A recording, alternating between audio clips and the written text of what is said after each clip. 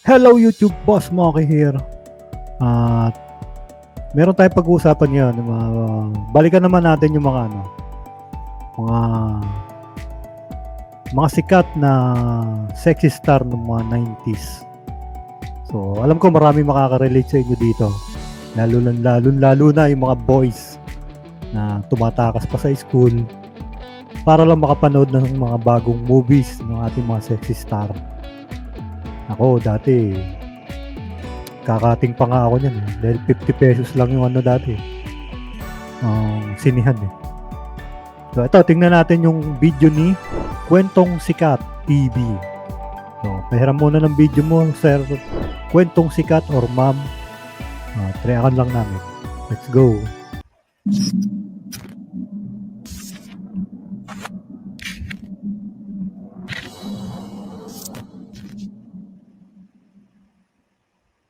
Mga bold actress na nangibabaw sa eksena ay sapat na para mag-iwan ng marka sa mga manonood at sa industriya ng pelikulang tinuturing na bawal sa paningin ng mga konserbatibong mga Pilipino. Ito ang mga bold actress sa mga pelikula aka Bomba Films na sa dekadang iyon inabangan, si Rosana Roses ng mga taga-subaybay lalo na mga kalalakihan at nagpatayo ng kanilang mga tarugo. Ating balikan. Tarugo talaga. Loko to Tarugo. Nakapre Ating kilalanin ang maiksing kwento ng kanilang naging buhay. Sila ang ating Midel sa video na ito. Papaya Kung Queen. hiling mo ang ganitong klase mga video, Siya yung di ba? Siya yung tinaguri ang Papaya Queen, si Aya Midel. Kalimutan mag-subscribe at i-click na rin ang notification bell para lagi kang updated sa susunod ko pang mga video. Kaya, umpisan na natin. Magandang topic ito. Ay, Priscilla Almeida.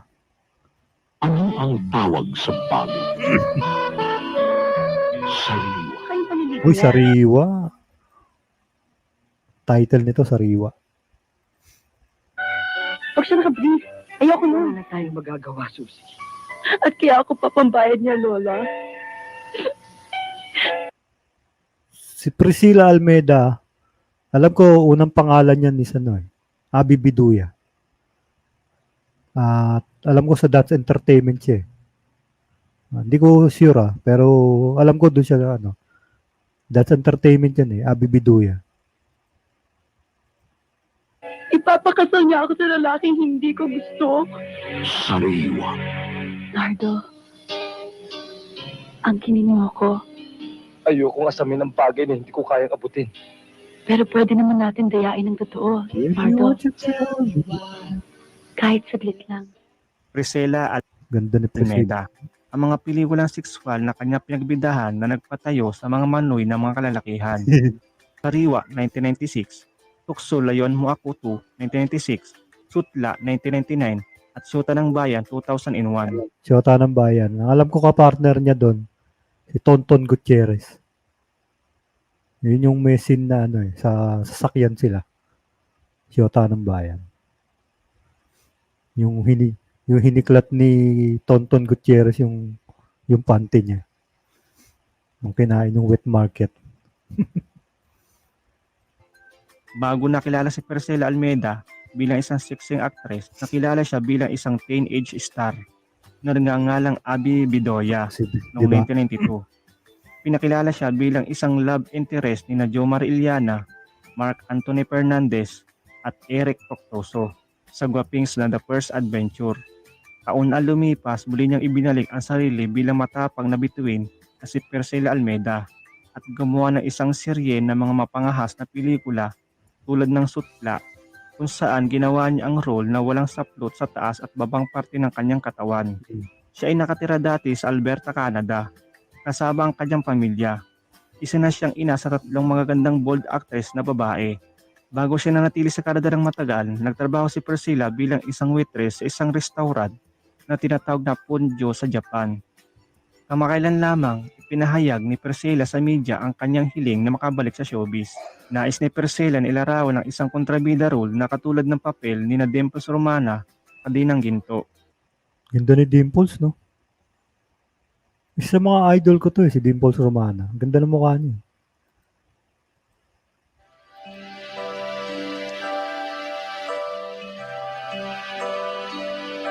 Aya Midel. Aya Midel to. Mata pa lang.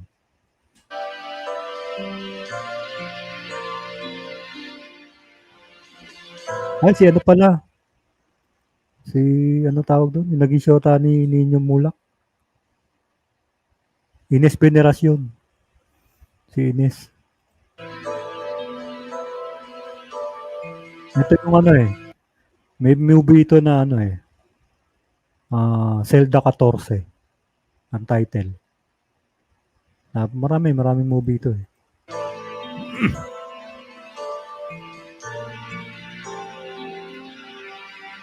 Tandaan niyo, inay, ako na lang ang tatao sa linggo para naman makapagpahinga kayo kahit isang araw lang. Tindahan pakisabi, bumalik na lang kinabukasan.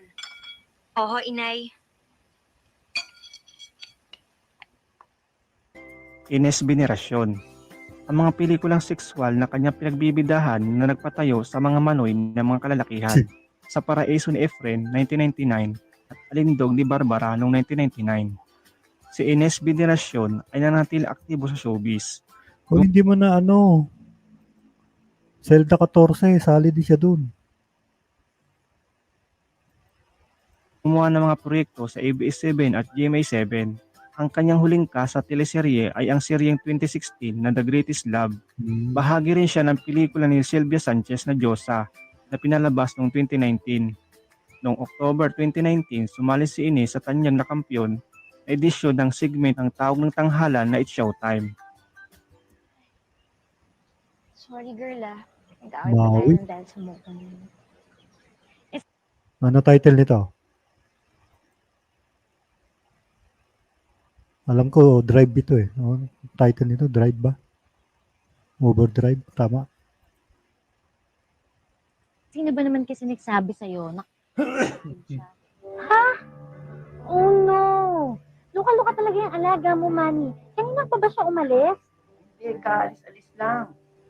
Okay, then. Hash. Ano? Hash and Roots Capital kaya ng Pilipinas yun. Ano ba title nito? Overdrive ba? Nakalimutan ko na. No, ano ka ba? Natikman mo na ba yun? Grabe, Sheila. Ang sarap ng trip. Mabuti pa umalis na tayo. Baka mamaya gabihin pa tayo. Nagpalupay-pay ng Ano? betlog mo. Hindi, no? Kung natira ka na ni Troy. Gaga, hindi naman ako katulad mo, no? Sabi ko na nga, be, hindi ka pa rin nagbabago. Katya Santos. Ang mga pelikulang sexual na kanyang pinagbidahan na nagpatayo sa mga manoy ng mga kalalakihan. Ika noong 2003, Sex Drive 2003, Sex Drive at niya. Boso noong 2005. Bago naging Biba Hot Babe si Katya Santos, siya ang pangunahing kontrabida sa afternoon teen drama na Ana Karina. Sa kasalukuyan, si Katya Oo, siya ano. Nag-anak ka rin yan eh. Kontrabida siya talaga dun. Eh siguro, bumaba na yung engagement niya sa showbiz. Pumasok na rin siya sa ano. kasama pa rin ng Viva Entertainment. At mayroong mga hosting at pag-arte sa proyekto paminsan-minsan. At kamakailan ay nagpunta siya sa Croatia kasama sina Lisa Sibirano at Enrique Hill. Ano daw? Croatia? Croatia? Anong Croatia? Anong bansa yung Croatia? Croatia. Upang mag-shoot para sa kapamilya teleserya na Make It With You nitong 2020. Matari.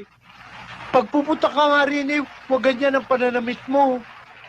Bakit Osang oh. naman, Chong? Anong masama sa Ganda ni Osang no. Kung sa katulong nila, at yung hardinero niya, kung hindinero niya, at yung driver niya, linggo-linggo, niririgaluhan. Hoy! Nakikinig ka ba sa akin? Anong sinabi mo? Ang sabi ko, yung Mrs. Alba na yan, may bonus sa singit yan. No? Rosana Roses. Ang mga pelikula sexual na kanyang pinagbidahan na Dami yan. patayo sa mga manoy ng mga kalalakihan. Patikim ng Pinya, 1996. Ligayang Itawag Mo Sa Akin, 1997. Ang Babae sa Bintana, 1998. Kuratya, Ang Babaeng Walang Pahinga, 1998. At La Vida Rosa noong 2001. Alam ko meron pang ano yan eh. Yung kay Gardo Versosa ba yun? Kasama yata siya doon. Hindi ko matandaan. Machete ba? Hindi ko alam kung kasama siya doon. Marahil siya ang pinaka-controversial sa ating listahan sa mga sexy actress. Si Usang ay nag-iisang newsmaker mula pa noong kanyang kapanahunan hanggang sa ngayon. Kasalukuyan siyang aktibo sa mga pelikula. Yun nga lang, fake yung ano niya. Masyado niya nang pinalakihan eh.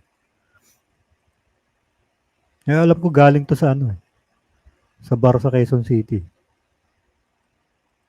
Siya ay bahagi ng 2019 blockbuster film na Panty Sisters at mga palabas sa TV.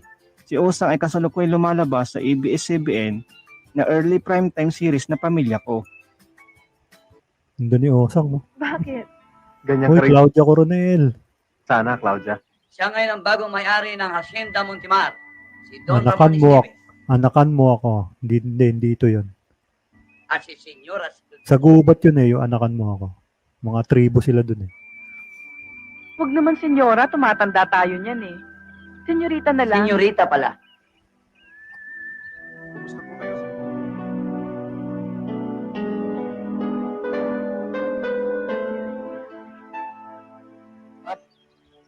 Ang sarap. Ng gatas. Anong gatas? Gatas mula sa kandong mong timba. Tumalsik yata yung gatas sa damit mo eh. Kaya nabasa ka tuloy. Hindi ko alam. Alam mo, Nalibang ako sa kalabaw ko. parang gatas na rin ang... Sino naabutan mo? Sharinami? Walang ya. Pornhub yun eh. Dami naman sa RBS. manipis na manipis. Ako lahat sila. Malambot mong balat. Aninag na ang buhay mong dugo. Claudia Coronel. Ang mga pelikulang sexual na kanya pinagbidahan na nagpatayo sa mga mani ng mga kalalakihan ay Isil noong 1998, Anakan Mo Ako 1999, Toro 2001, at Tuhog 2001. Si Yung Toro, maganda rin yun. Masama doon si ano eh, si Ana Capri. Tsaka si Hazel Espinosa. Oh, yung Toro. Claudia Coronel o Melpi Dacula sa totoong buhay, siya ay nakatira ngayon sa Los Angeles, California Wow. at nagtatrabaho bilang isang katulong sa isang kilalang hospital. Hiwalay siya sa kanyang asawang negosyanteng Chino-Amerikano. Batay sa kanyang Facebook account, abala si Claudia sa pang-international aktibidad ng Iglesia ni Cristo. Maya Middle.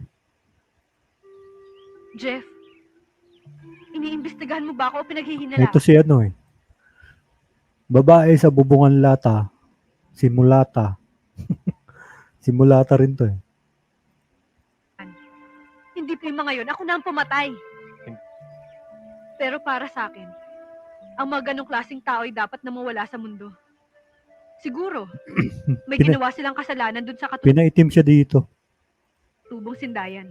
Mulata, Pero morena yun. eh. Mulata ka. Magtapat ka na. Hindi ba ikaw si Ida? Alam mo, Naghiganti siya rito kasi pinatay yung ano niya. Pinatay yung magulang niya.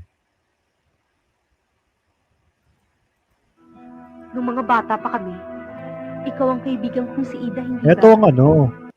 Itong tinaguriang papaya queen ng early 90s. Si Aya Midel. Siya ang tinagurian talagang papaya queen. Aya Midel. Ang mga pelikulang sexual na kanyang pinagbidahan at nagpatayo sa mga manoy ng mga kalalakihan. Totoy Mola, 1997, Sisa, 1999, Akin Ka Lamang, 1997, Laruang Buhay, 1998, at Gatilyo, 1999. Siya ang tinaguri ang papaya Dami pa. Meron pang babae sa bubungan lata yan. Tsaka ano, yun, yung mulata. queen. Nagpasya si Aya Midel na Diba? Sabi sa inyo eh. Siya yung papaya queen. 1999. Siya ang tinaguri ang papaya queen. Nagpasya si Aya Midel na ituloy ang kanyang pag-aaral kasabay ng kanyang booming acting career. Natapos niya ang International Cuisine Baking and Pastry sa Center for Asian Culinary Studies. At ngayon siya ay may alam ko, chef pagmamalaking na yun ngayon eh. Kasi nag-aaral talaga siya ng ano, culinary. chef na nagmamay-ari ng 3 restaurant na ang Asia's Garden Bistro sa Tabaco Albay sa Bicol. Wow. Si Aya ay napasama sa kagawaran ng turismo, nakain na. Siya ang napiling kinatawa ng Region 5 at nagkaroon ng demonstrasyon kung papaano ang pagluluto sa loob ng 3 araw noong September 27 at 29. Joyce Jimenez. Si Balahibong Pusa, Scorpio Knights. Ano pa ba? Si Warat yata kasama siya dun Warat. Kasi silang dalaw ni Jo Marie.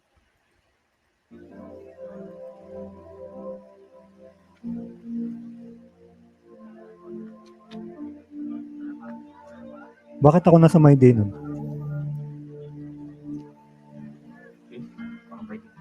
Pabato. Bukas swerte mo.